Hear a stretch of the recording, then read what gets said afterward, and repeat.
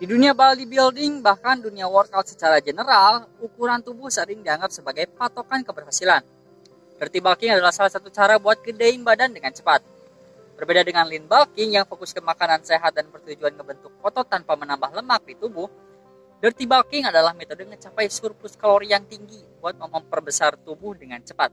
Poinnya adalah naikin berat badan yang semoga aja sebagian besarnya adalah otot dengan ngekonsumsi makanan yang tinggi kalori.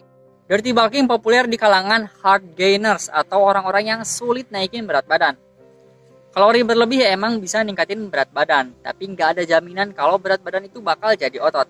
Meskipun naikin berat badan dengan konsumsi makanan tinggi kalori mungkin terdengar mudah dan menyenangkan, ini gak bakal menyenangkan dalam jangka panjang. Ini tergantung tujuan kamu. Kalau tujuan kamu cuma pengen naikin berat badan, dirty bulking tentu bakal bantu kamu ngecapainya. Toh ini cuma konsep sederhana.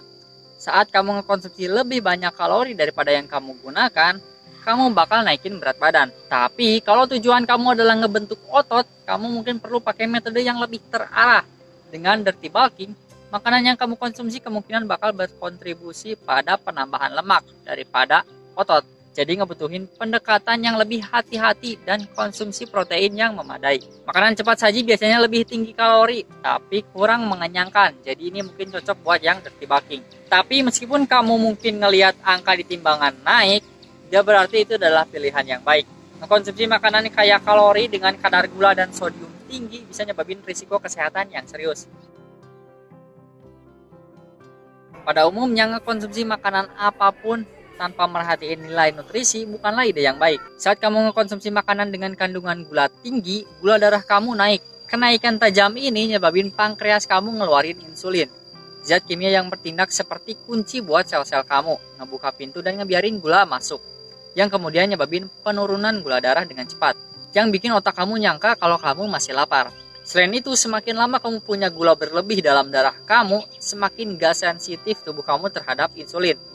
Yang nyebabin kondisi yang disebut resistensi insulin yang mengarah ke diabetes. Bukan cuma diabetes aja, kadar gula darah tinggi juga bisa ngerusak ginjal, saraf, pembuluh darah, dan lain-lain.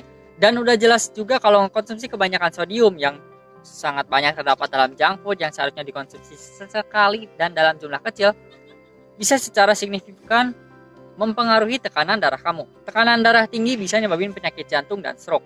Jadi kalau kamu pengen tetap aktif sampai kamu tua nanti, dirty bulking bukan cara yang baik. Tapi emang mungkin buat pakai dirty bulk sambil tetap ngekonsumsi makanan sehat. Saat pakai diet ini penting buat dengerin hasrat makan kamu. Kalau kamu pengen karbohidrat, dirty bulking mungkin ngedorong kamu buat ngekonsumsinya. Tapi itu nggak selalu harus berasal dari makanan yang nggak sehat. Meskipun dirty bulking adalah strategi bagus buat naikin berat badan, itu mengabaikan pentingnya makronutrien dalam pengembangan otot dan kesehatan. Kalau kamu sering pergi ke gym dan pengen ningkatin massa otot, protein seharusnya jadi fokus utama diet kamu. Sebaiknya batasi dirty bulk kamu dalam jangka waktu tertentu. Meskipun makan apapun yang kamu pengen selama beberapa minggu mungkin gak ngasih efek yang signifikan, ngelakuin itu dalam jangka waktu lama ngasih risiko kesehatan serius, termasuk peningkatan risiko buat jenis kanker tertentu. Ini adalah hal yang paling menyenangkan dari diet ini. Makan sebanyak yang kamu mau. Makanan tinggi lemak, kalori, dan protein semuanya bakal bantu kamu mencapai tujuan penambahan berat badan kamu. Misalnya makanan cepat saji, karbohidrat, es krim, dan apapun yang mungkin dilarang dalam diet lain. Sebenarnya cuma ada satu aturan, tetap berada dalam surplus kalori. Mereka yang ngelakuin dirty bulking sering mengkonsumsi protein powder dan suplemen nutrisi lainnya buat bantu dapetin kalori ekstra. Bagi para bodybuilder, dirty bulking sering diikuti dengan periode cutting yang merupakan waktu saat mereka nyoba ngilangin lemak berlebih dengan ngelakuin kardio dan fokus ke mertahanin massa otot yang udah dibentuk.